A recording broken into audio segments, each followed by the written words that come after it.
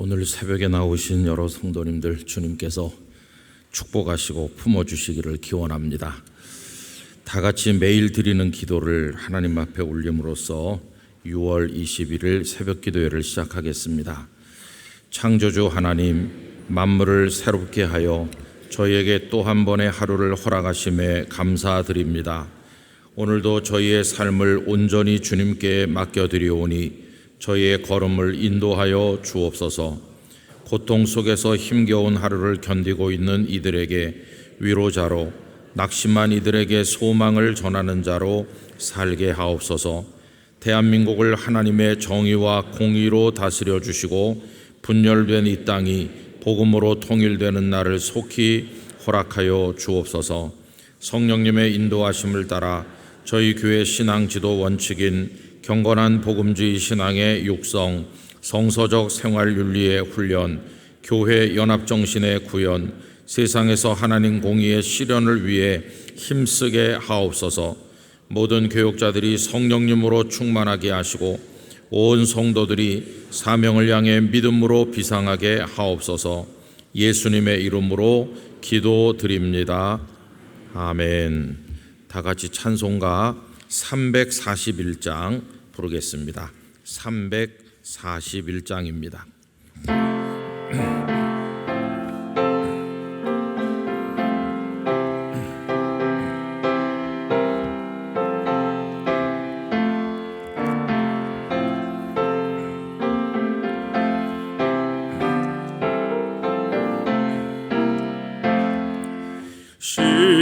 십자가를 내가 지고 주를 따라갑니다.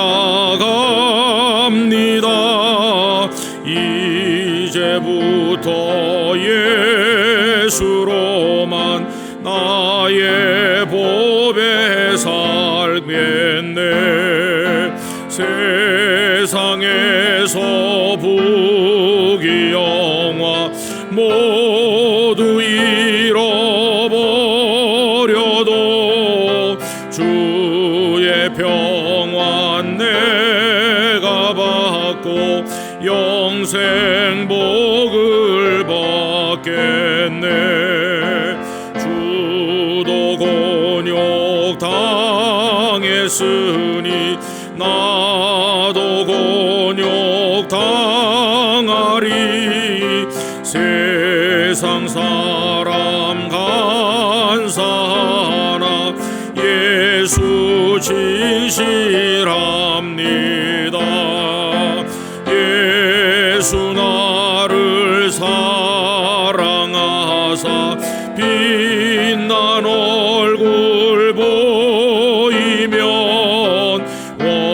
원수들이 미워해도 염려할 것 없겠네. 내가 핍박 당할 때에 주의 품에 안기고 세상 고초 당할수록 많은 위로 받겠네.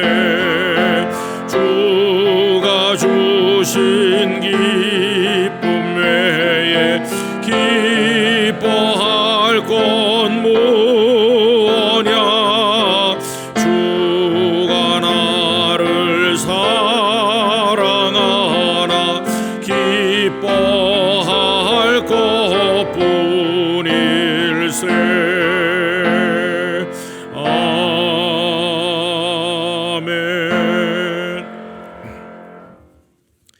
오늘 오이코스 성경 읽기 범위는 시편 68편에서 71편까지입니다. 그 중에서 오늘 새벽에는 69편 7절, 8절, 9절 말씀, 3절 말씀을 우리 다 같이 읽도록 하겠습니다. 내가 주를 위하여 비방을 받았사오니 수치가 나의 얼굴에 덮였나이다. 내가 나의 형제에게는 객이 되고 나의 어머니의 자녀에게는 낯선 사람이 되었나이다. 주의 집을 위하는 열성이 나를 삼키고 주를 비방하는 비방이 내게 미쳤나이다. 아멘. 시편 69편은 다윗의 시입니다. 그런데 우리는 이 속에서 예수님을 볼 수가 있습니다. 다윗의 여러 시편 속에서 예수님의 고난과 삶을 보여주는 내용들이 많이 나오고 있는데 이 69편도 그런 시 중에 하나입니다. 특별히 69편은 흔히 탄원시 혹은 비탄시라고 부릅니다. 고통의 한복판에서 하나님, 저 너무 많이 힘들어요. 저를 미워하는 사람이 많고 저를 괴롭히는 사람이 많은데 저를 구원해 주십시오. 그런 내용을 담은 몇 편의 시 중에 대표적인 것이 이 69편입니다. 여러분, 이 시편이 예수님을 생각하게 하는 구절을 하나 소개해드리면 21절로 가서 보시기 바랍니다. 69편 21절 우리 다 같이 읽어보실까요? 그들이 쓸개를 나의 음식물로 주며 목마를 때에는 초를 마시게 하였사오니. 거기 21절에 그 말씀을 읽으면 뭐가 생각나시죠? 십자가에 달리신 예수님께서 마지막에 극도의 고통으로 힘들어 하실 때 사람들이 그 쓸개의 식초를 이렇게 해가지고 예수님의 입에 넣어드렸다 하는 대목이 나오는데 오늘 이 말씀이 그것을 미리 보여준다고 하겠습니다. 여러분이 식초라고 하는 것은 예전에 고통이 심할 때 일시적으로 그 고통을 잊게 해주는 도구로 사용되었던 것을 알게 됩니다. 특별히 전투에 나가는 병사들이 그랬다고 합니다. 요즘 전쟁은 사무실에 앉아서 미사일을 발사하는 버튼을 누르기도 하고 마치 오락게임 하는 것처럼 그런 전자전을 많이 하고 있습니다마는 옛날 전쟁이라고 하는 것은 병사들이 여기저기서 무수하게 몸으로 부딪히는 육체적 충돌입니다. 칼과 창을 던지고 휘두르면서 싸우는 거죠. 그러다 보니까 상처를 입고 또 먼 거리를 걸어서 행군하죠. 지금 우리나라 군대도 뭐 산악 구보라든지 이런 거를 안 하는 건 아니지만 이제는 군용 차량에 나누어 타고 100km, 200km 달려서 이동하지만 옛날에는 산을 넘고 그 모진 고통 속에서 몸으로 합니다. 그러니까 육체의 한계에 도달하는 거죠. 그래서 이제 병사들이 소금이라든가 식초 이런 것을 각자가 다 휴대하도록 했다는 기록들이 있습니다. 그래서 전에도 말씀드린 기억이 납니다마는 그 한니발 장군이 로마와 전쟁할 때, 한니발은 칼타코의 유명한 장군 아닙니까?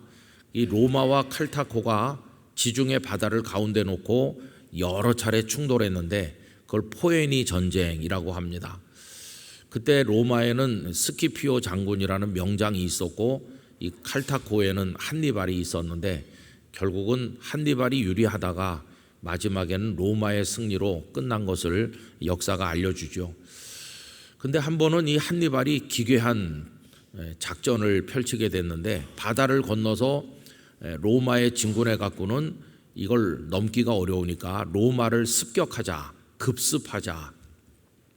그러려면 로마가 모르게 해야 되는데 그걸 모르게 하는 방법은 멀리 돌아서 뒤에서 로마를 치는 겁니다. 근데 로마는 아프리카 칼타코에서 바다를 건너 쳐들어올 거라고 바다만 보고 있는데 자기들 등 뒤에서 칼타코의 한니발 장군이 덮칠 줄은 모르는 거 아니겠어요? 근데 그러려고 할 때 한니발에게도 한 가지 큰 난제가 있는 거죠. 저 뒤로 돌아가지고 로마를 덮치려고 하면은 그 유럽의 높은 봉우리들인 알프스 산맥을 돌파해야만 그게 가능한 거죠. 그래서 전해지는 얘기에 의하면 그 많은 배에다가 아프리카 코끼리들을 많이 싣고 그 코끼리 위에 병장기며 양식이며 잔뜩 싣고 그리고는 이제 로마 사람들이 모르는 먼 곳으로 상륙을 해서 멀리 돌아서 이제 알프스를 넘어서 로마를 뒤에서 쳐들어가는 것인데 알프스 어느 산줄기를 넘다가 이렇게 협곡에 갇혔다는 것입니다. 그 폭이 아주 좁은 협곡을 통과해야 되는데 저 위에서 큰 바위가 굴러내려 가지고 딱 그 협곡을 가로막고 있으니까 이걸 길이 없어진 거죠. 그런데 그걸 어떻게 돌파했나? 제가 어떤 과학 문고를 취미 삼아 읽다가 그걸 보게 됐는데요. 그 과학자가 설명하기를 아주 과학적 방법으로 돌파했다. 그게 석회암이라는 거를 이 한니발 장군이 알아봤다는 것이 이게 석회암이다. 그래서 밑에 많은 나무를 가져다 놓고 그냥 불을 있는 대로 떼서 그 석회암 바위를 그냥 달아오르게 뜨겁게 달아오르게 만들고 그때 식초가 등장하는 겁니다.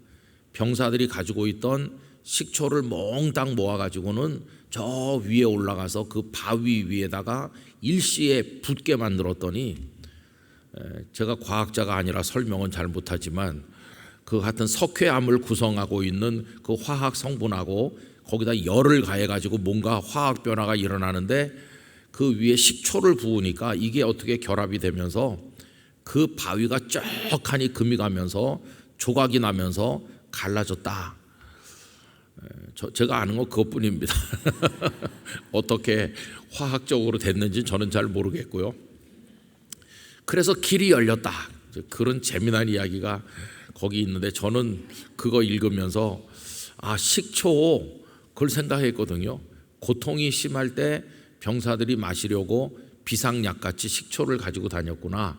그 식초 하니까 딱 예수님의 그게 떠올랐거든요. 오늘 여기 지금 21절 말씀이 그겁니다. 쓸개를 나의 음식물로 준다. 쓸개는 원래 쓴 건데 고통을 상징하는 거죠. 예수님의 십자가 고통, 그리고 목마를 때는 기껏 준다는 게 씨 대신 초를 준다. 그래서 약간의 그게 무슨 마약 성분처럼 혹은 마비시키는 것처럼 일시적으로 고통을 잊도록. 그래서 여기 21절이 예수님을 보여주는 것이고요. 그 다음에 오늘 읽은 말씀으로 다시 돌아와 보시면 7절에 내가 주를 위하여 비방을 받았습니다. 여러분 거기서 그냥 비방을 받았다고 하지 않지요. 그 비방의 원인을 뭐라고 얘기합니까? 주를 위하여 비방을 받았다. 우리가 평소에 생각 없이 쓰는 단어, 표현 가운데 십자가와 관련된 게 많아요. 내가 좀 고생을 좀 하고 어려움을 겪고 있으면 누가 와서 요새 왜 얼굴이 그렇게 안 좋냐, 무슨 어려운 일이 있냐 그러면은 하는 말이 요새 내 십자가가 너무 무거워서 그래 이렇게 말하거든요. 근데 그 말을 함부로 쓸 수는 없는 거예요. 왜 그러냐면 십자가라는 것은 여기 지금 주를 위하여 비방받는다. 하나님 영광 위해서 하나님을 위해서 내가 당하는 거 그건 십자가죠. 그죠?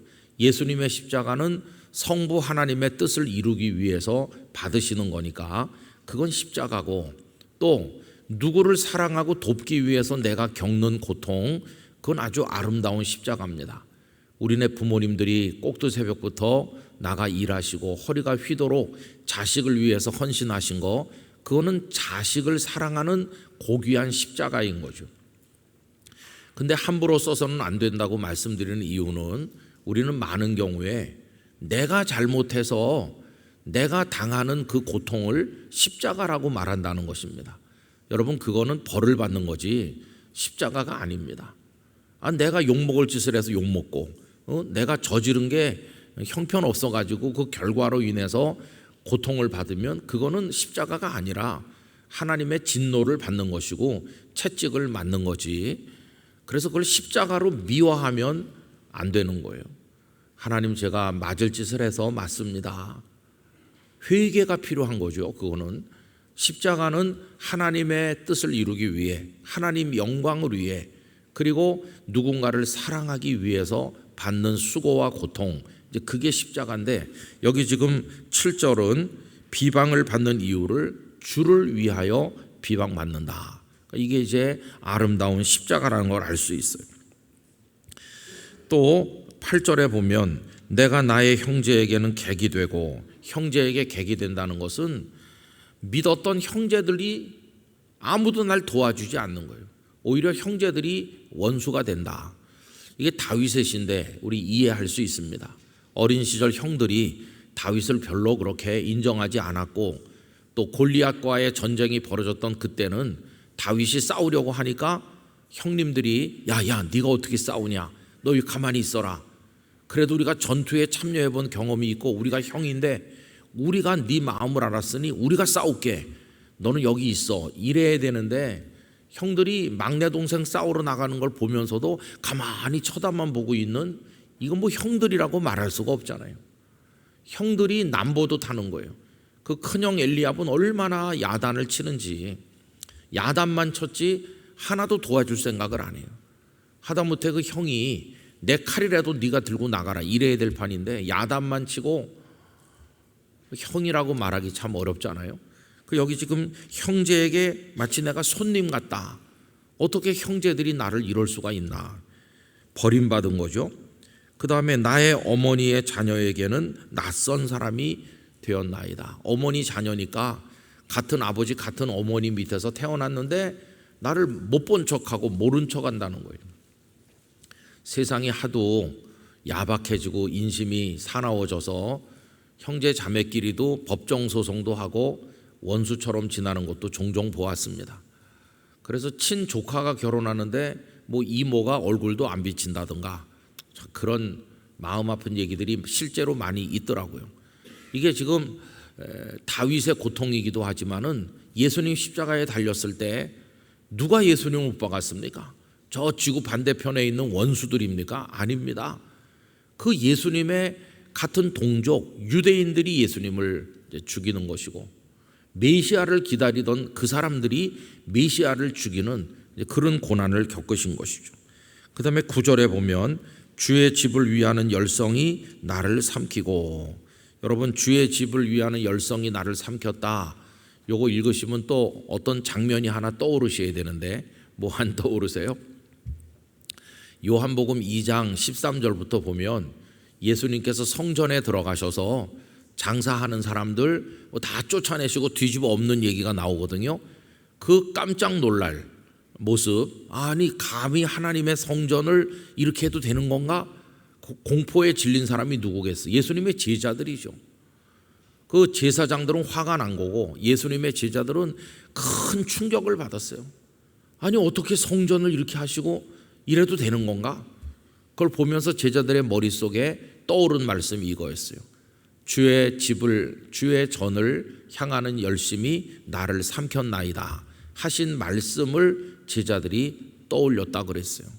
바로 이 말씀과 그 예수님의 성전을 정결케 하신 이야기가 연결되어 있구나 하는 것을 알 수가 있습니다.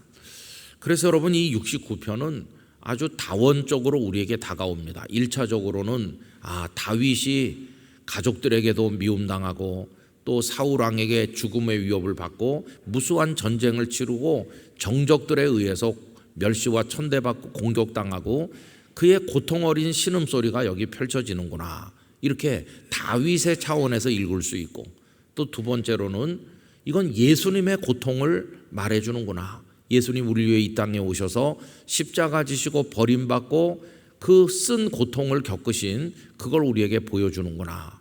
그렇게 두 번째로 읽을 수 있고, 또 오늘 우리가 이 말씀을 가만히 읽으면은 우리의 차원에서도 이 말씀을 읽을 수 있어요. 주님, 저도 그래요. 저도 지금 참 어려운 일을 겪고 있고 내가 주님을 위해서 이 일을 했는데 사람들이 저를 이해해 주기는커녕 저를 비방하는 사람이 많아요. 우리 가족도 저를 이해하지 못해요. 주님이 고난에서 저를 건져주세요. 이렇게 적용할 때는 이게 또 우리의 차원에 오늘 우리의 기도가 되고 우리의 탄원이 되어서 하나님께 올려지는 것이죠. 여러분 이 시편만 그런 게 아니고 성경은 수천 년 전의 기록이고 고백이고 눈물이고 기도인 동시에 오늘 우리들의 것이기도 한 것입니다. 그러면 이 69편의 결론은 어떻게 맺어지고 있을까요? 이렇게 고통 중에 많이 부르짖고 있지만 마지막에 아름다운 기도와 승리의 확신으로 결말이 지어지는 걸 볼 수 있는데 29절로 여러분 가보십시오. 29절에서 31절까지 함께 읽읍시다. 오직 나는 가난하고 슬퍼오니 하나님이여 주의 구원으로 나를 높이소서. 내가 노래로 하나님의 이름을 찬송하며 감사함으로 하나님을 위대하시다 하리니 이것이 소 곧 뿔과 굽이 있는 황소를 드림보다 여호와를 더욱 기쁘시게 함이 될 것이라. 아멘. 이렇게 마지막에 29절에 31절까지만 읽었는데요. 이게 승리의 노래로 하나님 앞에 올려지고 있습니다. 가난하고 슬프다는 말은 오늘의 고통을 말하는 것이면서 그래서 구원으로 나를 높여달라. 여러분, 예수님 죽기까지 내려가셨어요. 그런데 하나님께서 주님을 높여 모든 무릎을 그 앞에 꿇게 하시고 만왕의 왕 만주의 주로 높여주셨어요. 다윗이 그런 고통을 겪었지만 이스라엘의 위대한 왕으로 그를 높여주셨어요. 주님을 위한 고난을 달게 받는 성도를 하나님은 면류관으로 존귀케 하여 주실 줄 믿습니다. 그때 이제 노래가 터져 나오는데 그 노래는 나 즐겁자고 부르는 노래가 아니라 하나님이 나를 이렇게 영광스럽게 하셨습니다, 구원하셨습니다 하는 소위 새 노래로 하나님을 송축하게 되는 것인데, 하나님의 이름을 찬송하며 감사함으로 하나님을 위대하시다 하리니, 이게 어떤 소나 양을 드리는 것보다 더 하나님께 기쁨의 제물이 된다. 소 곧 뿔과 굽이 있는 황소를 드림보다 더욱 기쁘시게 한다. 왜 그렇습니까? 그 제사를 드려도 감격이 없는 제물이 많아요. 소를 1000마리를 드려도 구원의 감격, 하나님을 체험한 은혜의 기쁨 이런 거 없이 드릴 수도 있어요. 그런데 여기 이 찬양은 어떤 찬양이냐 하면은 주님을 위해 살다가 죽음의 고통에 내려갔다가 주님의 능력으로 구원받은 감격이 살아있는 노래이기 때문에 이거는 그 어떤 제물보다도 생생한 은혜의 고백이 담겨있는 하나님을 향한 진정한 찬양이 되는 것이죠. 우리가 주기철 목사님의 찬양 몇 곡과 기도 몇 개를 기억하고 있는데, 그 주 목사님의 찬송이나 그 기도는 우리가 부르는 여느 것하고는 많이 달라요. 왜냐하면 우리는 평탄한 가운데 찬송하고 기도하지만 주 목사님은 고초를 겪으면서 거기서 고난받으시다 잠깐 나온 사이에 설교하고, 그러니 그 설교가 생명이 있는 설교고, 그 죽다가 잠깐 나온 사이에 드린 기도니까 그 기도가 오늘까지 살아있는 생명의 기도가 되는 거죠. 허공을 치는 꽹과리 소리가 아니에요. 그분의 그 찬송이 바로 우리의 가슴에 오늘도 살아있는 이유는 그런 감격이 그 속에 들어있기 때문에 그래요. 여러분, 오늘 우리가 하나님 앞에 예배를 드린다고 할 때도 하나님을 위한 삶을 살면서 성도로서 고난받기도 하고, 그러나 거기서 살아계신 하나님의 은혜를 체험하고 생생한 기쁨과 감격을 가지고 하나님을 송축할 때 그 예배가 하나님 앞에 1000만 제사보다 더 아름답게 올려지게 될 줄 믿습니다. 그래서 주일마다 많은 성도들이 오셔서 똑같은 예배 순서에 따라 예배 드리시지만 저는 그 예배의 질이 다 다를 거라고 생각합니다.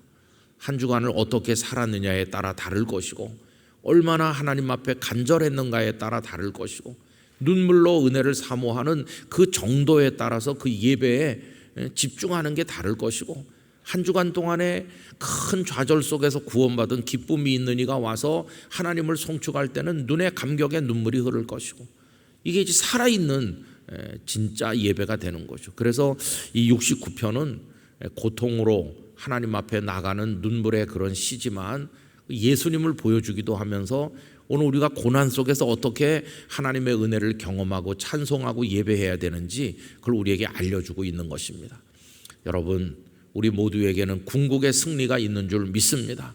하나님 우리를 건져주실 것입니다. 우리의 유익을 위해, 알량한 이익을 위해 살지 말고 바른 길을 따라, 진리를 따라 걸어가면서 때로는 고난받고 욕을 얻어먹더라도 주님을 의지하면 주님은 이런 기쁨으로 하나님을 찬송하는 자리에 우리를 인도해 주실 것이라고 믿습니다.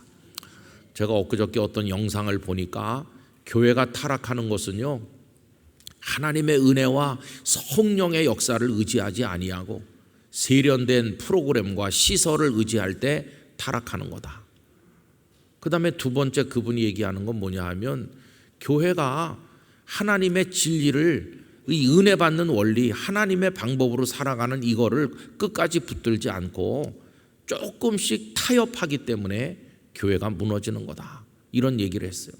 그러니까 여러분, 뭐 다른 교회들도 다 그렇게 하고 뭐 다 그렇게 하는 거지라고 하면서 약간씩 이렇게 세상과 타협하다 보면은 그건 마지막에 가보면 0단계 될 수 있다는 것이. 그래서 여러분, 은혜의 원리, 그리고 성령께서 우리를 도우시는 그 원리, 그 영적 원리를 우리가 붙들어야 되는 것이 하나님 위에 살고 하나님의 은혜를 경험하고 그 구원의 새 노래로 하나님을 찬양하고, 그게 핵심 중에 핵심이에요.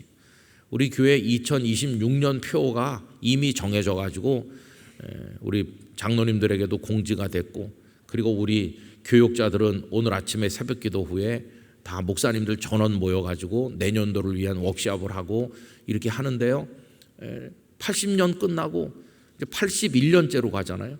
새로운 시작이나 마찬가지예요. 새롭게 시작할 때 영락교회가 뭘 붙들어야 될까, 그렇게 기도하는데 하나님께서 제 마음에 원점에서 시작하는 마음으로 해라. 원점에서. 원점이 뭡니까? 하나님의 은혜죠. 은혜.